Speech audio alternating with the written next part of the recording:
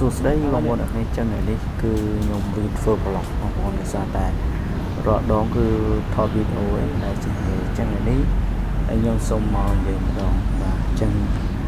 អាចនឹងឆ្កងទៅសម្រាប់ដំបូងចឹងបាទសម្រាប់វីដេអូនេះដែរខ្ញុំចង់បង្ហាញបងប្អូនតកតងជាមួយនឹងរបៀបដែលយើងកំណត់ឲ្យញ៉ាំនៅផ្សារអ៊ីអន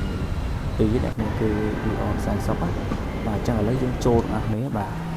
ចឹងយើងចូលមកដល់នេះហើយគឺយើងសំដៅទៅហៅកន្លែងញ៉ាំអីបាទមានកាទៀវមានហ្វឺមានអីចឹងណាបាទហើយនេះគឺជាកន្លែងដែលយើងធ្វើកំងបាទប៉ុន្តែមុនយើងកំងយើងត្រូវទៅគិតលុយជាមុនសិនបាទនៅកន្លែង cashier ឯងបាទអញ្ចឹងក្រោយពីយើងបានกระดาษគិតលុយពី cashier ហើយឥឡូវយើងមកទៅមើលបាទកន្លែងមុខម្ហូបដែលយើងរើសហើយយើងហុចវិក័យប័ណ្ណទៅឲ្យអ្នកទទួលបងកំងណាអញ្ចឹងកន្លែងនេះយើងធ្វើរួចបាទគឺយើងបានពីទៀវសរសៃធំ2ចានអញ្ចឹងក្រោយពីយើងបានហើយយើងលើកទៅកន្លែងកៅអីសម្រាប់យើងអង្គុយណាបាទអញ្ចឹងកៅអីទាំងអស់ហ្នឹងគឺគេរួមគ្នាមានមិនប្រកាន់ថាហាងនេះហាងនោះទេគឺយើងអាចអង្គុយបានហើយក្រោយពីអង្គុយហូបចុកអីរួច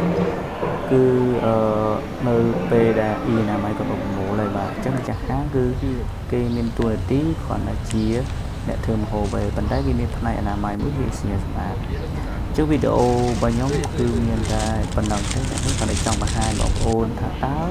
នៅអ៊ីអនគេទិញរបៀបម៉េចពួកខ្ញុំច្រឡំដែរអញ្ចឹងវីដេអូមានប៉ុណ្ណឹងទេអ្នកនរបាយបាយ